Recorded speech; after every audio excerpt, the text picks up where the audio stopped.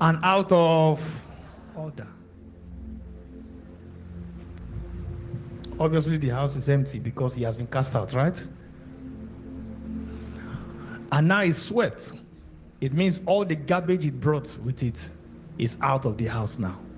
That's why you notice once demons leave, usually whatever they came with leaves with them. Is that correct? Yeah. And the third thing is that there is now order in the person's life. Things are not moving the way it should move. Things are happening the way it should happen. The demon now goes to do what? Verse 45. 1, 2, go. 45 now. Then he goes and takes with him 7 other spirits, more wicked than himself, and they enter and dwell there. And the last state of that man is worse than the first, so shall it also be with this wicked generation. Now I'm telling you, as one who has cast out demon more than 3 times from a singular person, and each time was more violent than the last time. So I understand what Kenneth Hagin is saying, that he leaves on meetings wondering if he should solve some problems or not, because he doesn't want them to be in a war state. Especially when you're not the pastor of the church and you can't monitor that person's discipleship process.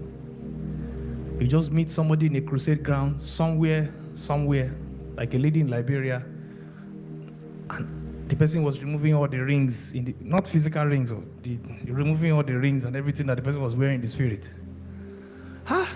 I'm always asking the host, this person, Job, what's your follow-up plan?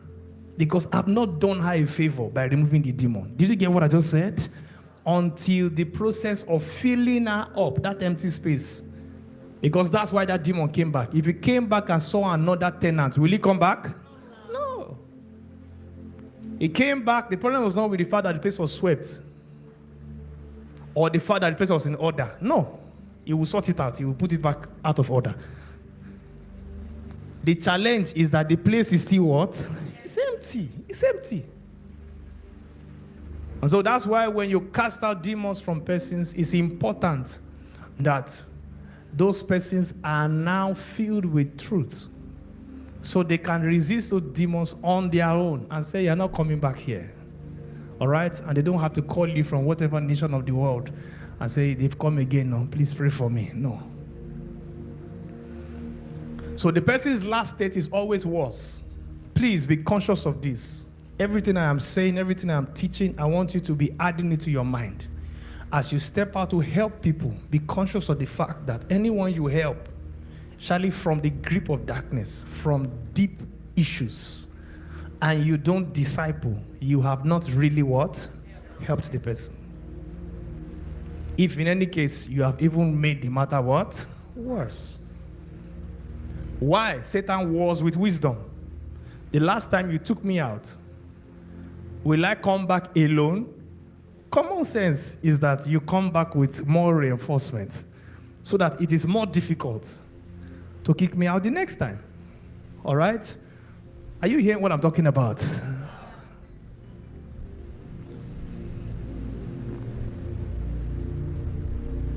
So this was Jesus speaking about, demons.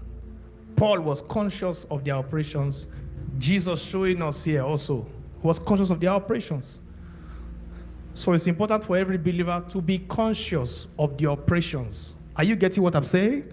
Of your enemy. Don't always go to an extreme. It doesn't make you demon conscious.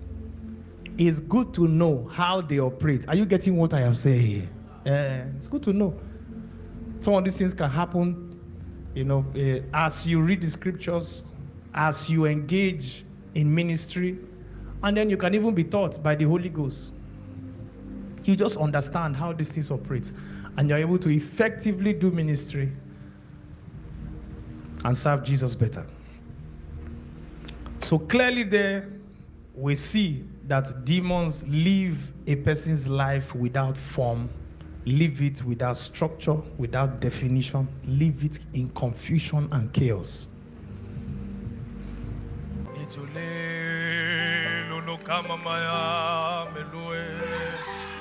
Kai.